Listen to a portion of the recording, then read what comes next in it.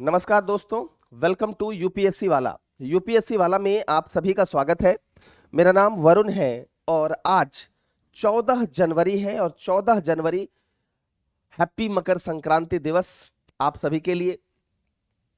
14 जनवरी के इस शुभ दिन पर आप सभी के साथ मैं जुड़ा हूं डेली करंट अफेयर्स लेकर। इंडियन एक्सप्रेस हो, द हिंदू हो, सबकी प्रमुख न्यूज को हम यहां कवर करते हैं, प्रमुख एडिटोरियल्स को कवर करते हैं जो परीक्षा के लिहाज से काफी इंपॉर्टेंट है। तो आज हम ये देखने का प्रयास करेंगे कि हम कौन कौन से न्यूज को आज कवर करने वाले हैं। सबसे पहले तो हम ये देखेंगे, लेकिन उससे पहले 2-3 दिनों से जो लाइव क्लासेस नहीं हो पा रही है उसके लिए हम क्षमा प्रार्थी हैं, लेकिन ये आपसे लगभग मेरा वादा है कि अगले वीक से जो क्लासेस होंगी वो पूरे तरीके से लाइव होंगी बिना किसी बाधा के। तो उम्मीद यही करते हैं और जिस प्रकार मैं आपको याद कर रहा हूं आप भी मुझे याद कर रहे होंगे, ऐसी भी इच्छा रखता हूं। जरूर बताइएगा कि आपने मुझे याद करा या नहीं करा। इकोनॉमिक्स के सेशन को भी जल्दी लेकर आएंगे। चलिए तो स्टार्ट करते हैं सबसे पहले कुछ प्रमुख कॉन्सेप्ट्स को और देखते हैं कि क्या आज हम पढ़ने वाले हैं। तो टॉपिक ऑफ द डे क्या है? एक, पूंजीगत व्यय। दूसरा, हेट स्पीच। तीसरा, राष्ट्रपति तथा गवर्नर द्वारा विशेष अभिभाषण। चौथा, डीप फेक।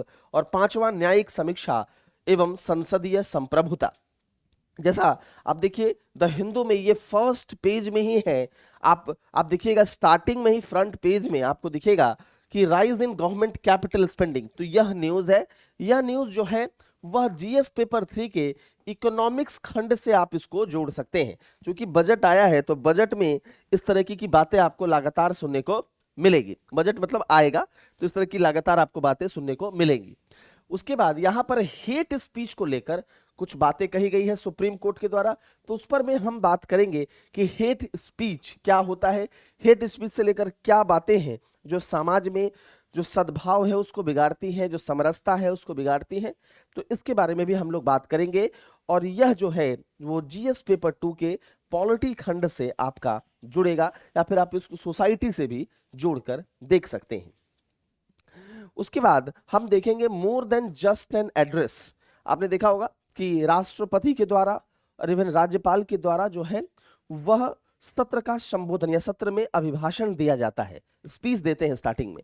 तो उससे संबंधित यहां पर कुछ बातें हैं जिसको हम समझने का प्रयास करेंगे और यह जीएस पेपर 2 के पॉलिटी खंड से जुड़ता है। उसके बाद एक महत्वपूर्ण जो टॉपिक है डीप फेक, इसके बारे में मैंने काफी विस्तार से आपसे हालांकि चर्चा की थी कि डीप फेक क्या होता है, लेकिन आज भी मैं डीप फेक को लेकर आपसे जो है वो चर्चा करूंगा। तो डीप फेक के बारे में यहां पर आपसे बातें करेंगे और इसको भी आप विज्ञान एवं प्रौद्योगिकी जीएस पेपर 3 के साइंस एंड टेक्नोलॉजी वाले पोर्शन से जोड़कर देख सकते हैं। ये जो है बाउंड सुपरमेसी, ये आपने अभी कल भी आपको लेकर इसके लेकर बात किया था मैंने कि जो वाइस प्रेसिडेंट है हमारे, उन्होंने एनजेएससी को लेकर कुछ बातें कही थी कि एनजेएससी को न्यायपालिका ने नल एंड वॉइड कर दिया। तो इसको लेकर विवाद खड़ा हुआ, न्यायिक समीक्षा वर्सेस संसदीय संप्रभुता। तो इसको लेकर कुछ बातें हैं, इसको हम यहां पर थोड़ी सी कुछ बातों को समझने का प्रयास करेंगे जो जगदीप धनकर साहब ने बोली है और उसके बाद राइटर इस पर क्या प्रतिक्रिया दे रहे हैं। जीएस पेपर 2 के पॉलिटी खंड से इस आर्टिकल को आप जोड़ सकते हैं। तो ये कुछ टॉपिक्स थे जो आज हमको कवर करने हैं आज के इस इंपॉर्टेंट सेशन में, जो कि अलग अलग जीएस सब्जेक्ट से जुड़े हुए हैं। देखिए यहां पर लिखा है कैपिटल स्पेंडिंग की बात है। जब भी आप बजट पढ़ते हैं तो उसके दो कंपोनेंट होते हैं, याद रखिएगा। बजट में जब भी आप पढ़ते हैं तो उसके दो कंपोनेंट होते हैं, एक होता है रेवेन्यू कंपोनेंट और दूसरा होता है कैपिटल कंपोनेंट। ठीक, दो कंपोनेंट और दोनों कंपोनेंट में आय और व्यय होगा। यानी बजट का मतलब ही क्या है? एक आगामी एक वित्तीय वर्ष में सरकार की आय और सरकार की व्यय का ब्यौरा। तो सरकार की रेवेन्यू आय का ब्यौरा जिसको आप रेवेन्यू इनकम कहते हैं यानी राजस्व आय कहते हैं, और सरकार की रेवेन्यू व्यय का ब्यौरा जिसको आप रेवेन्यू एक्सपेंडिचर कहते हैं। ठीक है, रेवेन्यू इनकम में जैसे सरकार जो टैक्स वैक्स लेती है वो सरकार की जो आय होती है वो रेवेन्यू इनकम में काउंट होती है। एक्सपेंडिचर में आप हमेशा देखे ही होंगे, जैसे सब्सिडी वगैरह जो सरकार देती है वो एक्सपेंडिचर में आ जाता है। कैपिटल इनकम यानी कैपिटल रिसीट जिसको कहते हैं, कैपिटल रिसीट जिसको कहते हैं, और कैपिटल एक्सपेंडिचर, इसके बारे में भी पढ़ते हैं आप। तो देखिए, कहा जाता है कि अगर सरकार को अपनी स्थिति ठीक करनी है, अगर आर्थिक स्थिति बेहतर करनी है, राजकोषीय स्थिति बेहतर करनी है, तो सरकार को क्या करना पड़ेगा? सरकार को चाहे तो रेवेन्यू इनकम बढ़ाना पड़ेगा और चाहे फिर कैपिटल एक्सपेंडिचर करना पड़ेगा। इन दोनों के माध्यम से ही सरकार क्या कर सकती है? सरकार अपनी राजकोषीय स्थिति और देश की आर्थिक स्थिति को बेहतर कर सकती है। ठीक है। कैपिटल एक्सपेंडिचर में इसमें क्या होता है? जैसे मान लो भारी मशीनरी में सरकार व्यय कर रही है, सरकार इंफ्रास्ट्रक्चर में पैसा खर्चा कर रही है, सरकार काफी जो है वो निवेश कर रही है, जिससे लोगों को क्या मिलेगा? रोजगार मिलेगा और आने वाले दिनों में एसेट क्रिएट होगा जो हमारे लिए बढ़िया है। भाई, हम और आप जमीन क्यों खरीदते हैं? जमीन का दाम बढ़ेगा, जमीन खरीदेंगे तो वो क्या है? आपका एक एसेट है जो आपको आगे भी बुरे टाइम पे भी साथ देता है। तो सरकार अगर इंफ्रास्ट्रक्चर बनाएगी, सरकार अगर रोड ब्रिजेस इसका निर्माण करेगी, तो आने वाले दिनों में क्या होगा? लोगों को रोजगार तो मिलेगा ही, और आने वाले दिनों में यह एसेट होगा जिससे देश की जो आर्थिक गति है वो काफी तेजी से बढ़ेगी। अब किसी को इंडस्ट्री खोलना है, वहां पर रोड नहीं है, और अगर रोड बना हुआ है तो वहां पर उसके लिए इंडस्ट्री खोलना भी आसान होगा, क्योंकि उसके वर्कर, उसकी जो माल है, गुड्स है, सब कुछ वहां पर उस रोड के माध्यम से आ जा सकेगी। तो कैपिटल एक्सपेंडिचर जितना होगा तो वह एसेट क्रिएट करेगा जो सरकार के लिए काफी अच्छा है।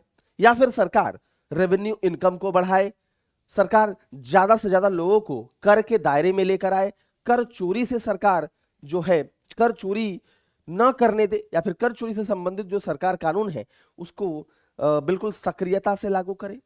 तो ये देखिए, ये दोनों जो कंपोनेंट है यह राजकोषीय स्थिति को बेहतर करते हैं, और इसीलिए यहां पर जो बातें हो रही हैं वो इस कैपिटल एक्सपेंडिचर को लेकर हो रही है कि कैपिटल एक्सपेंडिचर, यहां पर अब जो न्यूज है इसको समझने का प्रयास करते हैं तो आपको समझ में आएगा कि सरकार जो कैपिटल स्पेंडिंग कर रही है इसमें आपको बढ़ोतरी देखने को मिली है। हालांकि आंकड़ा आपको उस तरीके से याद नहीं रखना है, लेकिन यहां पर यह बात है कि सरकार जो कैपिटल एक्सपेंडिचर कर रही है उसमें बढ़ोतरी देखने को मिली है। तो अब आप कहिएगा बार बार सरकार की आप बात क्यों कर रहे हैं? क्योंकि देखिए, ये जो इंफ्रास्ट्रक्चर है, जो बड़े बड़े मशीन है, इसमें खर्च सरकार तो कर ही सकती है, सरकार तो कैपिटल एक्सपेंडिचर कर ही सकती है, लेकिन साथ ही साथ सरकार के साथ साथ कौन कर सकता है? तो सरकार के साथ साथ प्राइवेट इंडस्ट्री भी तो कर सकती है। लेकिन यहां पर यह कहा जा रहा है कि प्राइवेट इंडस्ट्रीज के इन्वेस्टमेंट में, कैपिटल इन्वेस्टमेंट में आपको गिरावट देखने को मिली है, और उसको बैलेंस किसने कर लिया? सरकार ने। यानी मान लो कि आप गिर रहे थे तो हमने आपको उठा लिया, इस तरीके का कॉन्सेप्ट है। तो प्राइवेट इंडस्ट्री अगर इन्वेस्टमेंट कम कर रही है तो सरकार ने ज्यादा इन्वेस्टमेंट बढ़ाकर क्या कर दिया? जो बैलेंस है उसको मेंटेन कर लिया। तो यही बात यहां पर कर रहे हैं, या आप न्यूज में भी देख सकते हैं। यहां देखिए, आपको मैं दिखाता हूं, यहां पर स्पष्ट तौर पर लिखा हुआ है कि डिस्पाइट ऑफ जो प्राइवेट सेक्टर, आपको शायद दिख रहा होगा कि प्राइवेट सेक्टर का जो है वो डिप हुआ है 41% from 6.31 lakh crore in Q2 to 3.7 lakh crore between October to December. मतलब काफी डिप हुआ है, 6 पॉइंट समथिंग था और 3 पॉइंट समथिंग हो गया है। तो जो प्राइवेट इंडस्ट्री है या फिर प्राइवेट सेक्टर है, जो निजी निवेशक है, वो कैपिटल इन्वेस्टमेंट कम कर रहे हैं, लेकिन सरकार जो है वह आपको इसमें इन्वेस्टमेंट को बढ़ाई है। अब आप यहां पर यह सवाल उठ सकता है कि प्राइवेट इंडस्ट्री का यह डिप क्यों किया? तो देखिए, प्राइवेट इंडस्ट्री को ऐसा लग रहा है कि हो सकता है कि इकोनॉमी जो है वो मंदी में चला जाए, तो मंदी के समय कोई इन्वेस्टमेंट करेगा? अगर आपको पता चला जाए कि भाई जमीन का दाम नहीं बढ़ेगा तो आप वहां पर जमीन खरीदिएगा? तो नहीं खरीदिएगा। तो प्राइवेट इंडस्ट्री को लग रहा है कि जैसे जो डेवलप्ड इकोनॉमीज है, जैसे अमेरिका वगैरह में भी इसकी स्थिति आ चुकी है, मंदी टाइप की स्थिति है, तो उस कारण से वो यहां पर इन्वेस्टमेंट नहीं करना चाह रहे हैं। इनपुट कॉस्ट उनको ज्यादा लग रहा है, महंगाई के कारण उनको लोन महंगे मिल रहे हैं। अब अगर मान लो कि उनको जो मशीन खरीदना है, जो मशीन चाहिए, जो पार्ट्स चाहिए, वो अगर महंगा मिले, जिसको आप इनपुट कॉस्ट कहते हैं, जो उनको जरूरी चीजें हैं कंपनी बैठाने के लिए, वो अगर महंगा हो जाएगा तो महंगा इन्वेस्टमेंट क्यों करे कोई।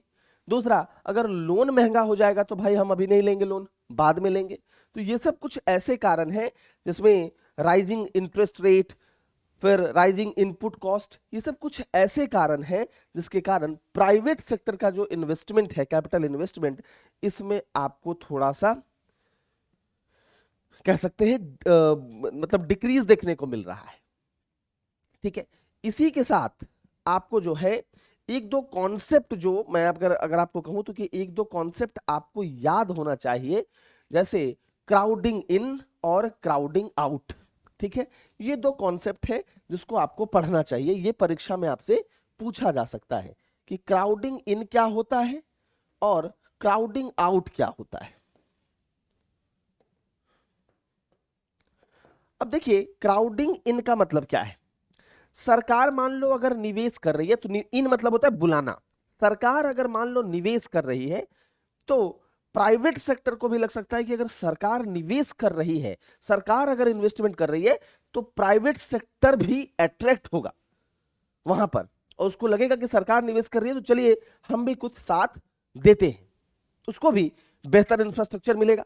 मान लो सरकार ने बड़े बड़े रोड्स बना दिए, बड़े बड़े पुल बना दिए, बड़े बड़ी जो सड़कों का निर्माण कर दिया, बड़े बड़े इंफ्रास्ट्रक्चर तैयार कर दिए, बेहतर सड़क बना दी, बेहतर स्वास्थ्य सुविधा दे दी।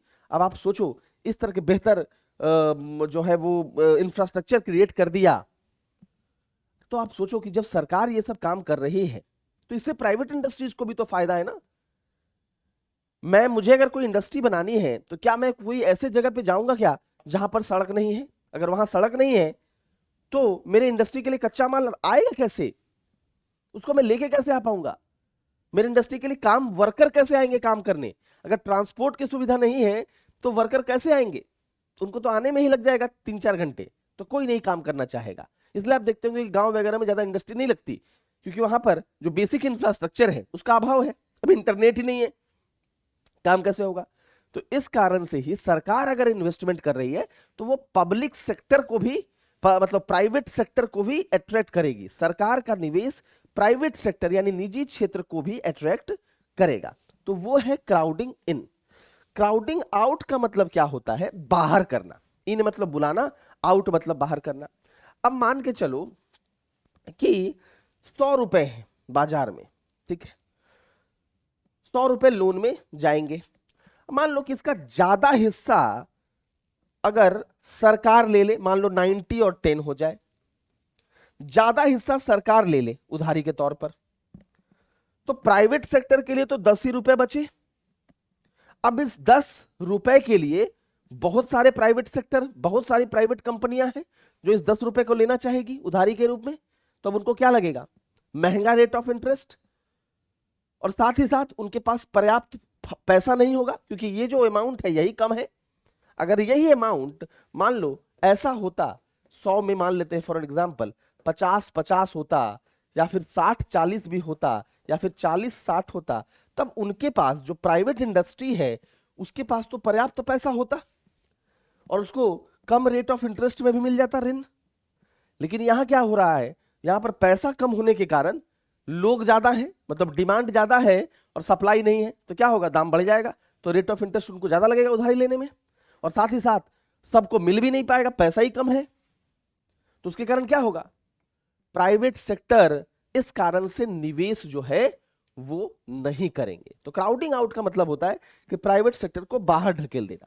सरकार इतना उधारी ले लेती है कि प्राइवेट सेक्टर के लिए कुछ पैसा बचता ही नहीं है, और जब बचेगा ही नहीं तो प्राइवेट सेक्टर फिर इन्वेस्टमेंट कैसे करेंगे?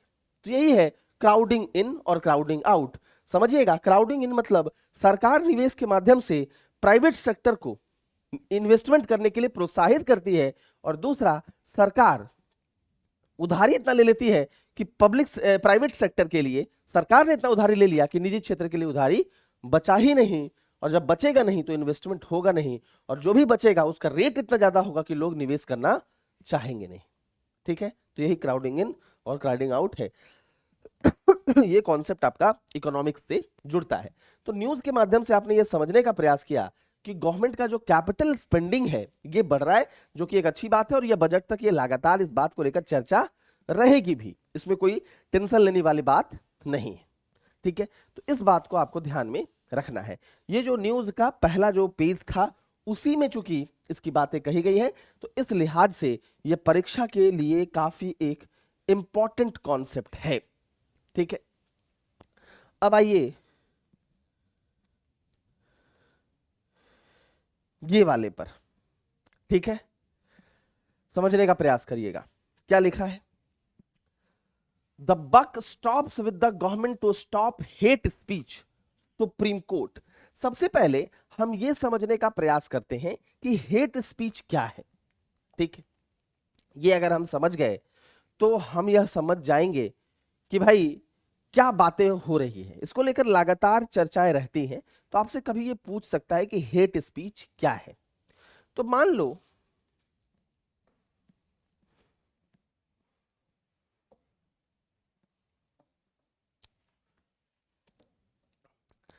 आपके कोई कार्य से, आपकी कोई स्पीच से, बोलने से, एक्शन से,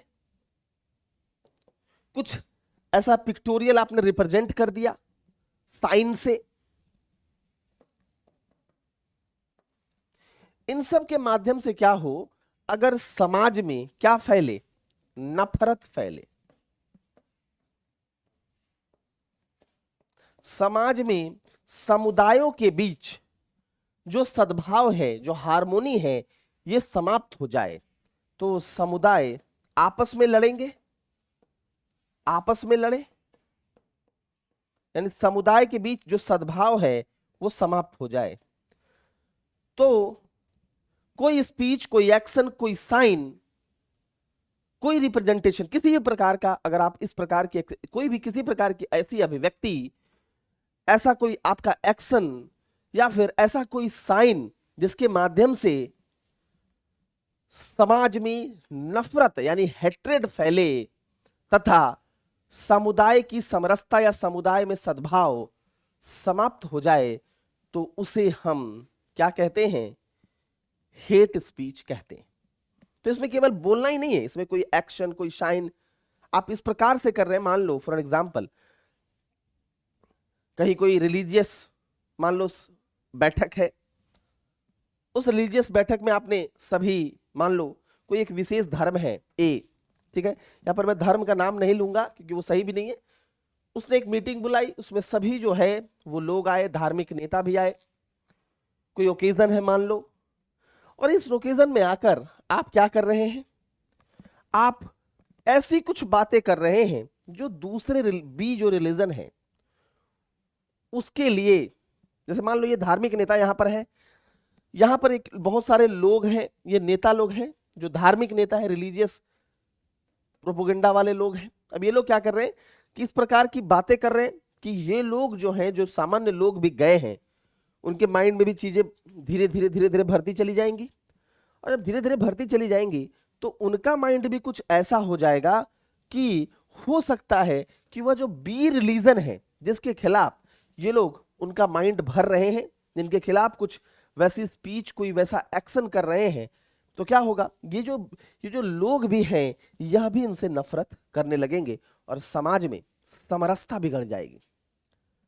तो ये क्या कर रहे हैं, एक जगह है, एक असेंबली में सब बैठ करके वहां के जो धार्मिक नेता लोग हैं, धार्मिक जो लीडर्स हैं, वो क्या कर रहे हैं, इस प्रकार का एक्टिविटी कर रहे हैं, इस प्रकार की बातें बोल रहे हैं जिससे आपको लग रहा है कि हाँ यार, इसने तो मेरा जीना जो है वो परेशान, मतलब जीना बिल्कुल बेकार कर दिया है, अब जीना, अब हम इसको जीने नहीं देंगे इस समुदाय वाले लोग को।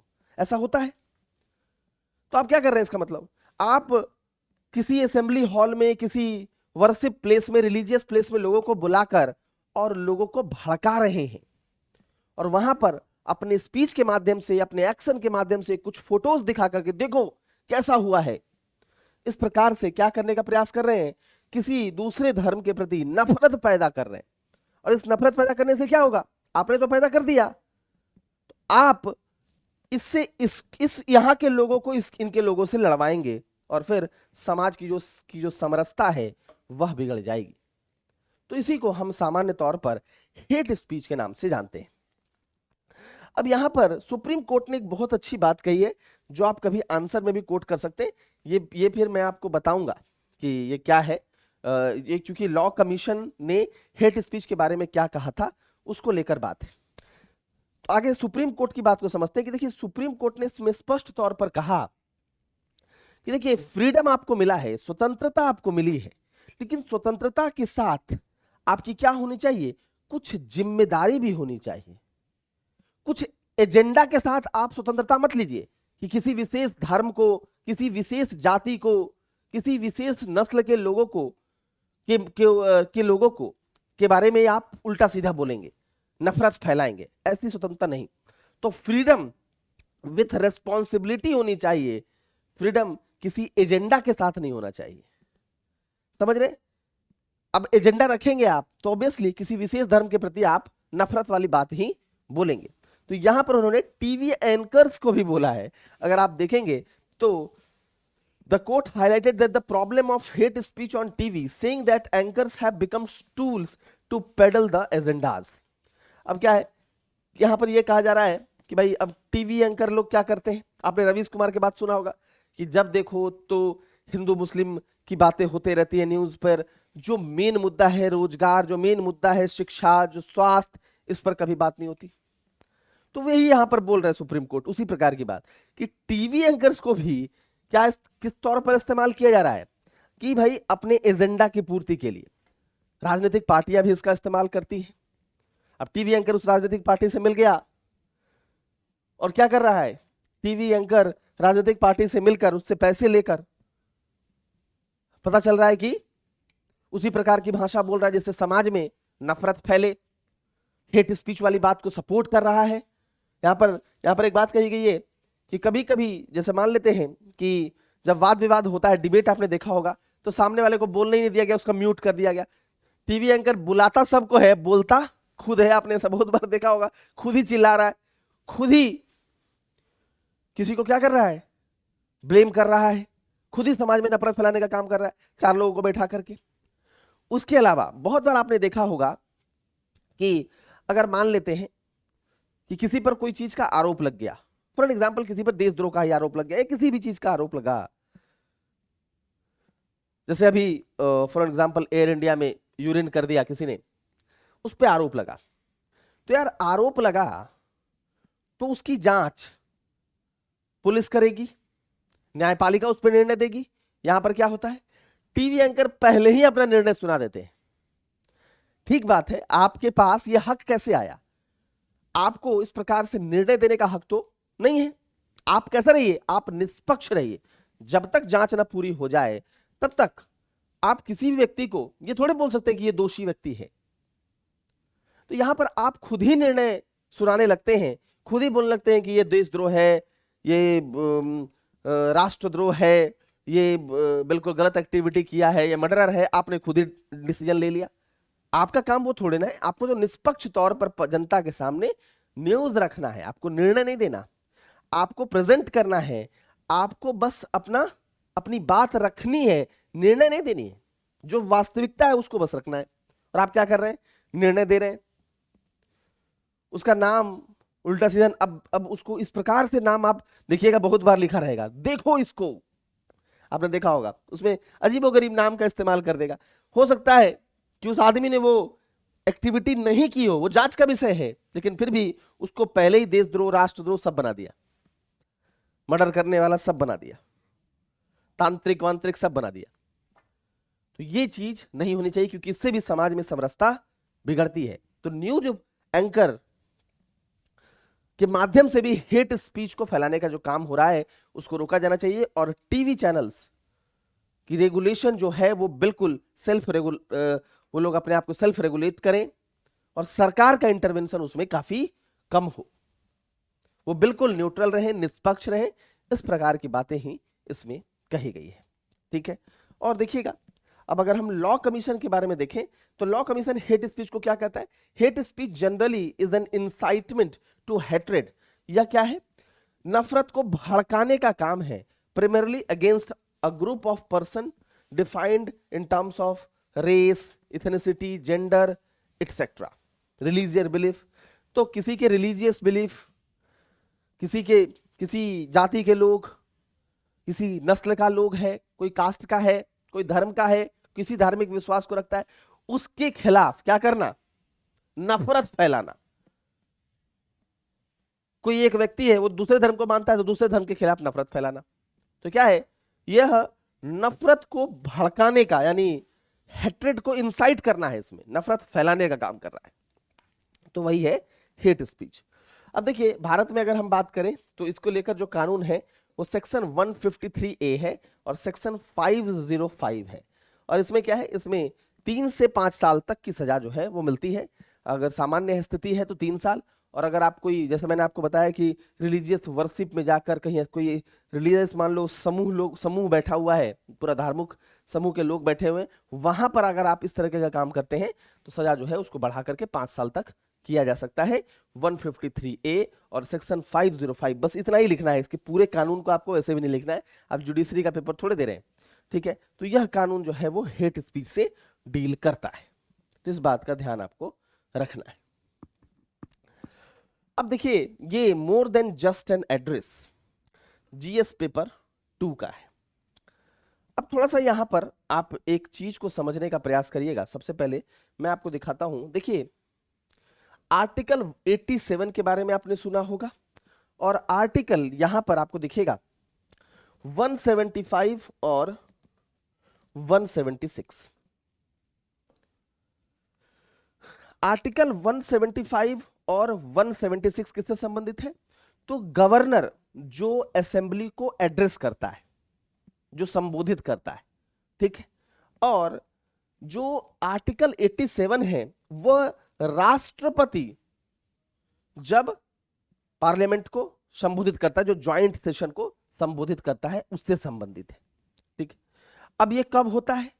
राष्ट्रपति के द्वारा कब किया जाता है? आप देखिएगा ध्यान से, लोकसभा के लिए प्रत्येक आम चुनाव के बाद पहले सत्र के प्रारंभ में, ठीक, और प्रत्येक वर्ष के पहले सत्र के प्रारंभ में। यानी मान लो लोकसभा चुनाव हुआ तो जो फर्स्ट सेशन होगा उसके सबसे स्टार्टिंग में, और हर साल के सबसे स्टार्टिंग में क्या करता है? राष्ट्रपति ज्वाइंट सेशन को संबोधित करता है, दोनों सदनों को संबोधित करता है, ठीक। तो यह काम है। सेम काम कौन करता है? गवर्नर भी करता है। राष्ट्रपति से जो आर्टिकल संबंधित है वह 87 है, और जो गवर्नर से संबंधित आर्टिकल है वो 175 और 176 है। तो यहां पर जो संवैधानिक जो प्रावधान है, जो प्रमुख है, वो आप समझ रहे होंगे, ठीक। तो राष्ट्रपति इसको संबोधित करेगा, इधर गवर्नर संबोधित करेगा, ये तो बढ़िया बात है। अब इसमें राष्ट्रपति का संबोधन होता क्या है? एक सवाल ये बातें ली कहां से गई हैं? दूसरा सवाल ये, तो ली तो गई है यूके से, यूके का जो वेस्टमिनिस्टर मॉडल है उससे लिया गया, तो यूके से, ब्रिटेन से लिया गया, ये बात ही बढ़िया है। लेकिन इसमें संबोधन क्या करता है? तो इसमें संबोधन राष्ट्रपति कोई अपना भाषण लिख के थोड़े जाते हैं। राष्ट्रपति क्या करते हैं? सरकार उनको पूरे अच्छे ढंग से एक ड्राफ्ट तैयार करके देती है और राष्ट्रपति बस उसको बोल देते हैं। तो राष्ट्रपति के पास, यहां पर आप ये समझिए, राष्ट्रपति हालांकि एड एंड एडवाइस पर काम करता है, सेम गोज विथ गवर्नर। मैं राष्ट्रपति का एग्जांपल दे रहा हूं, आप गवर्नर से भी उसको रिलेट करिए, ठीक है। तो एड एंड एडवाइस पर काम करता है काउंसिल ऑफ मिनिस्टर्स के, लेकिन राष्ट्रपति क्या करता है? केवल और केवल उसको डिलीवर करता है, उसको बोलता है, सत्र में संबोधित करता है। वो ड्राफ्ट किसके द्वारा तैयार होता है? केंद्र सरकार के द्वारा। उसमें केंद्र सरकार के कार्यों, उसकी उपलब्धियों, इन सब के बारे में होता है, क्या प्लानिंग है, इन सब के बारे में होता है। ये तो बहुत बढ़िया बात है। यूके से ये मॉडल लिया भी गया। यूके में ऐसा नहीं हुआ कभी भी कि जो स्पीच दिया गया हो, मान लो उस स्पीच में मान लो लाइन लिखा हुआ है, मान लो 10 लाइन है से, तो अब यहां पर कभी नहीं हुआ कि राष्ट्रपति ने, वहां के जो हेड है उन्होंने क्या करा हो, जो एक लाइन को बोला फिर एक लाइन को छोड़ दिया, जो उनको मन किया वो बोला। ऐसा नहीं है, ऐसा नहीं है। यूके में इस प्रकार की चीजें नहीं देखने को मिलेगी, इवन भारत में भी नहीं है। यूजुअली जो लिखा हुआ है वही बोलना होगा, मतलब एकदम जो लिखा है बस आपको पढ़ देना है। लेकिन इस प्रकार का केस अभी आपको कहां देखने को मिला है? याद है आपको? तमिलनाडु में। तमिलनाडु में क्या हुआ? तो तमिलनाडु में तमिलनाडु के जो गवर्नर हैं उन्होंने जो स्पीच था उसका कुछ पार्ट को स्किप कर दिया, छोड़ दिया जो स्पीच का था। ऐसा कभी नहीं हुआ। मतलब मान लो गवर्नर को लग रहा है कि ये बात जो है वो राज्य सरकार गलत लिख रही है, तो उस बात को क्या कर दिया? स्किप कर दिया। इस प्रकार का कुछ एक्टिविटी जो है वो केरला, वेस्ट बंगाल इत्यादि में भी देखने को मिला है। लेकिन अभी हाल में तमिलनाडु में ये देखने को मिला कि जो एड्रेस होता है गवर्नर का, उस एड्रेस में सरकार ड्राफ्ट करके देती है, तो जो ड्राफ्ट करके देती है वो लाइन टू लाइन वही पढ़ देते हैं। तो यहां पर गवर्नर ने क्या कर दिया? कुछ लाइन को स्किप करने का जो मामला है वो सामने आया। तो उसके बाद से ही जो है यह न्यूज सामने आ गया है और इसी को लेकर ये चर्चा यहां पर इस न्यूज में की गई है। यूजुअली आप ऐसा नहीं देखेंगे। यूजुअली यूके में, यहां पर आपको चूंकि आर्टिकल नहीं दिख रहा होगा, लेकिन जब आप पढ़ेंगे तो आपको पता चलेगा कि ये जो कॉन्सेप्ट है ये यूके से लिया गया। और यूके में आज तक ऐसा नहीं हुआ कि आप कोई जो स्पीच है उसको स्किप किया हो वहां के प्रमुख ने। लेकिन भारत में आपको ये इंसिडेंस अभी हाल में मद्रास में देखने को मिला, जहां पर गवर्नर ने कुछ पार्ट को स्किप कर दिया। तो बस यही जो है इस आर्टिकल में बात है। और कुछ अब देखिए यहां पर क्या है कि इस मामले में राष्ट्रपति हो, गवर्नर हो, उनके पास डिस्क्रिशनरी पावर नहीं है। अब देखिए, आप जो सरकार लिख के देती है वही बोलते हैं। लेकिन यहां पर मद्रास गवर्नर ने, जो तमिलनाडु के गवर्नर हैं, उन्होंने क्या करा? तमिलनाडु के गवर्नर ने, बिल्कुल याद रखिएगा कि तमिलनाडु के गवर्नर ने स्किप कर दिया। ठीक है, तो अपने डिस्क्रिशनरी पावर को उन्होंने शो कर लिया तमिलनाडु के। याद रखिएगा तमिलनाडु, ये स्टेट का नाम जरूर याद रखिएगा। यहां पर सवाल क्या पूछा जा सकता है? आर्टिकल 87 से पूछा जा सकता है कि राष्ट्रपति कब कब संबोधित करता है। तो लोकसभा, जो मैंने आपको बताया कि लोकसभा के आम चुनाव के बाद पहले सत्र के प्रारंभ में और प्रत्येक वर्ष के पहले सत्र के प्रारंभ में ज्वाइंट सेशन को राष्ट्रपति संबोधित करता है। आर्टिकल 87 उसी से संबंधित है, राष्ट्रपति के एड्रेस से, ठीक है, स्पेशल एड्रेस से। और अगर 175 और 176 की बात करें तो यह संबंधित है किससे? गवर्नर के एड्रेस टू हिज असेंबली से। तो यही है जो न्यूज है। अब देखिए, take a right step to regulate deep fakes, इसको भी थोड़ा समझना है। डीप फेक के बारे में हालांकि आप जानते भी हैं, डीप फेक के बारे में मैंने आपको बताया भी था। क्या होता है इसमें? एक दिन आपको बड़ा अच्छा से सोना बाबू का एग्जाम्पल देके बताया था कि देखो भाई, same to same technology, artificial intelligence, machine learning, इसके माध्यम से क्या किया जाता है। अब मान लो कि ये जो महिला है ये ओरिजिनल है और उसका यह डीप फेक तस्वीर है। अब बताओ, अब आप सोचो,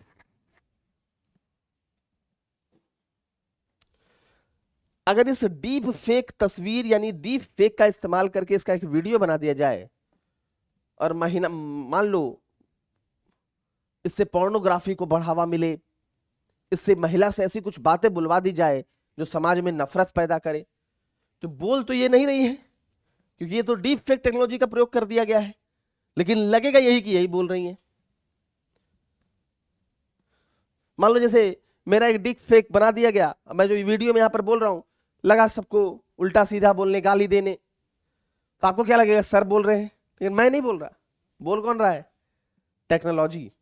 तो आर्टिफिशियल इंटेलिजेंस, मशीन लर्निंग इत्यादि टेक्नोलॉजी के माध्यम से हम इस प्रकार से चीजों को क्रिएट करते हैं कि बिल्कुल ओरिजिनल दिखता है, और इसके माध्यम से अगर कोई वीडियो या चीजें कर दी गई तो समाज में वो नफरत को बढ़ावा देगी, मिस इन्फॉर्मेशन को बढ़ावा देगी, गलत सूचना को बढ़ावा देगी। तो जैसा मैं आपको बता रहा था, थोड़ा सा यहाँ पर टेक्निकल आया था तो उसको जो है वो ठीक हो जाएगा।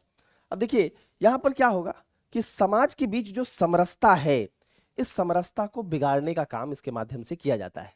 तो विज्ञान एक वरदान भी है और अभिशाप भी है। तो आपको यहाँ पर अभिशाप का रूप एक दिख रहा है। इससे पोर्नोग्राफी को आप बढ़ावा दे सकते हैं, इससे आप हेट्रेड पैदा कर सकते हैं समाज में। अब पता चला ओबामा साहब से, आप देखिए ओबामा साहब की तस्वीर आपको समझ में नहीं आएगी, ये नॉर्मल है और ये उनका रिजल्ट है, मतलब डीप फेक का। अब सोचिए इनके माध्यम से कुछ वैश्विक मंच पे या फिर कोई एक वीडियो वायरल कर दिया गया जिसमें क्या है, कुछ उल्टा सीधा बोल रहे हैं, तो क्या है, आजकल तो मूवीज अगर मान लेते हैं टेक्नोलॉजी के माध्यम से बनाई जाने लगे तो आपको समझ में नहीं आएगा कि हीरो असली है या फिर ये टेक्नोलॉजी के माध्यम से। तो इसमें आपको क्या करना है, इसको रेगुलेट करने का प्रयास करना पड़ेगा। चाइना ताई जो है वो रेगुलेट करने का प्रयास कर रहा है, ताइवान, और भारत को भी इस मामले में कुछ रेगुलेशन लेकर आने पड़ेंगे, नहीं तो इससे काफी नुकसान आगे आने वाले दिनों में हमको देखने को मिलेगा।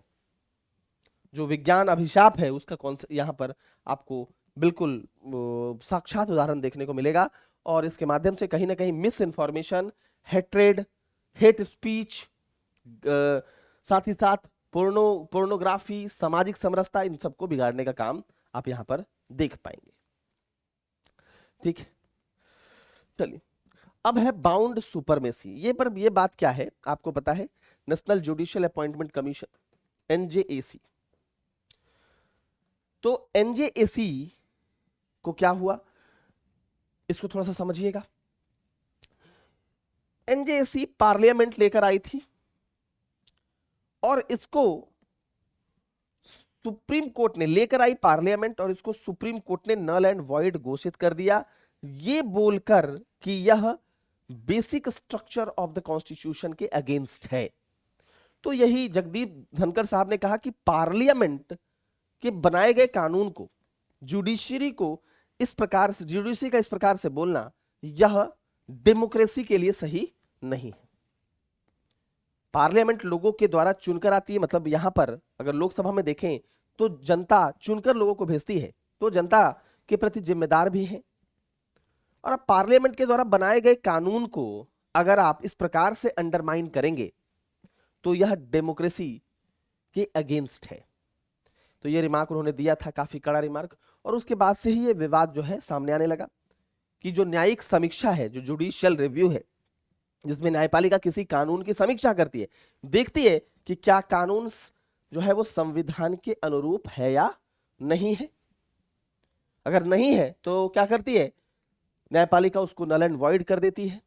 और अगर ऐसा भी कंडीशन हो सकता है कि मान लो कुछ दूर तक है उसके बाद नहीं है, तो जितने के बाद नहीं है संविधान के अनुरूप उसको नल एंड वॉइड कर सकती है। तो चाहे तो पूरे कानून को नल एंड वॉइड कर देती है, और या फिर अगर 4 लाइन है फॉर एन एग्जांपल और 2 लाइन ठीक है संविधान के अनुरूप है, 2 लाइन नहीं है तो 2 लाइन को नल एंड वॉइड कर देती है।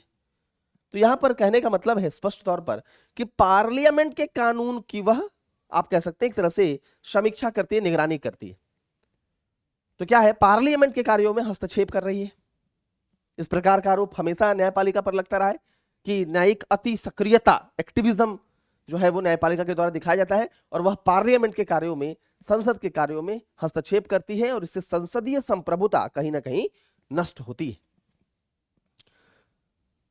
तो ये तो ठीक बात है भाई, लेकिन इसके दूसरे आयाम को भी आपको समझना पड़ेगा। इसका दूसरा आयाम यह है कि भाई चेक एंड बैलेंस के लिए यह जरूरी है, और आर्टिकल 13 में भी इस प्रकार की बात है। हालांकि प्रत्यक्ष जुडिशियल रिव्यू नहीं है, लेकिन कहा है उसमें कि अगर ऐसा कोई कानून पार्लियामेंट बनाती है जो किसी व्यक्ति के अधिकारों का हनन करे, तो उतने दूर तक का कानून जो है वो पार्लियामेंट नल एंड वॉइड कर सकती है। जैसा मैं आपको बता रहा था कि अगर 4 लाइन है और 2 लाइन व्यक्ति के अधिकारों का हनन नहीं कर रहा, 2 लाइन कर रहा, तो 2 लाइन को पार्लियामेंट हटा सकती है। तो आर्टिकल 13 में भी कुछ इसी प्रकार की बात है, जैसा जुडिशियल रिव्यू जो है बोलता है, या जुडिशियल रिव्यू का जो कॉन्सेप्ट है। तो चेक एंड बैलेंस के लिए जरूरी है, नहीं तो पार्लियामेंट अपने हिसाब से काम करने लगेगी। हो सकता है कि पार्लियामेंट इस प्रकार से काम करने लगे कि किसी एक विशेष जाति धर्म को ही फायदा मिले, समाज के जो दूसरे वर्ग हैं उनके साथ नाइंसाफी हो जाए। तो इसके लिए जरूरी है कि न्यायपालिका क्या करे, न्यायिक समीक्षा करे और देखे कि क्या यह कानून ऐसा तो नहीं है कि संविधान के आदर्शों के विपरीत है। और इसी संदर्भ में आपने basic structure of the constitution जो केशवानंद भारती में आया था, जिसमें कहा सुप्रीम कोर्ट ने कि आप संशोधन करें, लेकिन आप संविधान के मूल आदर्शों को नहीं बदल सकते, आप संविधान की मूल भावना को नहीं बदल सकते। आप संशोधन कर सकते हैं, नहीं तो क्या होगा, चाइना वाली स्थिति हो जाएगी, रसिया वाली स्थिति हो जाएगी कि सरकार क्या करेगी, सरकार सुप्रीम हो जाएगी और फिर जैसा मन वैसा डिसीजन लेगी, जो मन वो कानून बना दी। क्यों? क्योंकि उसको ओवरसी करने वाला कोई नहीं है, उसकी रिव्यू करने वाला कोई नहीं। तो फिर इससे कहीं ना कहीं डेमोक्रेसी हनन होगा। डेमोक्रेसी मतलब वास्तविक तौर पर स्थापित नहीं हो पाएगी। तो चेक एंड बैलेंस के लिए यह जरूरी है कि हम आपके कार्यों का रिव्यू करें, हम आपके कार्यों में हस्तक्षेप ना करें, दखलंदाजी ना करें। दखलंदाजी इज अलग word, is a different word, कि हम दखलंदाजी नहीं करें। हम ये नहीं बोले कि आप ऐसे करिए ऐसे करिए ऐसे करिए, हम दखलंदाजी नहीं करें। लेकिन अगर आपने जो काम कर दिया है उसको देखना मेरा काम है। जैसे घर में बेटा क्या कर रहा है, इसके लिए पापा जो है बार बार उसकी दखलंदाजी ना करें उसके जीवन में, लेकिन ऊपर से निगरानी जरूर करें कि बेटा सही कर रहा है या गलत कर रहा है। इस प्रकार की कुछ बातें। यह जरूरी है कि बेटा बिगड़ न जाए, यह जरूरी है कि चेक एंड बैलेंस बना रहे, कि अगर बेटा कुछ गलत फैसला लेता है तो तुरंत पिता जो है वो उसकी निगरानी कर ही रहा है, उसकी समीक्षा कर रहा है, तुरंत जो है उसको नल एंड वॉइड कर दे पिता। तो उसी प्रकार का काम सुप्रीम कोर्ट करे। हालांकि बाप बेटा का रिलेशन नहीं है, ये मैं तो आपको एक ऐसे उदाहरण दिया, इसको आप बाप बेटा के रिलेशन से मत सोचिए, ये सामान्य बात है। मतलब मैं आपको कह रहा हूं कि यहाँ क्या है, स्पष्ट तौर पर देखिए। तो आपको यहाँ पर देखिएगा कि एक तरह से आपको यहाँ दिख रहा होगा कि पार्लियामेंट के कार्यों में हस्तक्षेप ना करें, लेकिन पार्लियामेंट के कार्यों की समीक्षा करें, जैसा घर में भी आप देखते हैं। तो यहाँ कोई ऐसा नहीं कि कोई पिता है कोई बेटा है, दोनों की अपनी अपनी जो है वो न्यायपालिका की स्वतंत्रता है और संसदीय संप्रभुता है। लेकिन बस एक उदाहरण के माध्यम से, ताकि आपको वो चीजें समझ में आए कि बात क्या हो रही है, इसलिए आपको ये बातें बताई। ठीक है, तो ये बात आप बिल्कुल ध्यान में रखिएगा। चलिए, तो एक सवाल लिखेंगे और इसका उत्तर देंगे। आर्टिकल 87 किससे संबंधित है?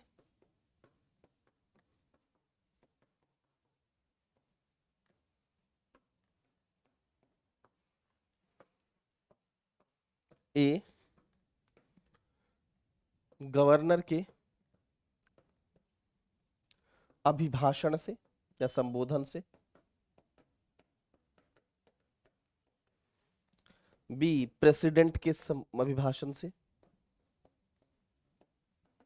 सी, पीएम के अभिभाषण से।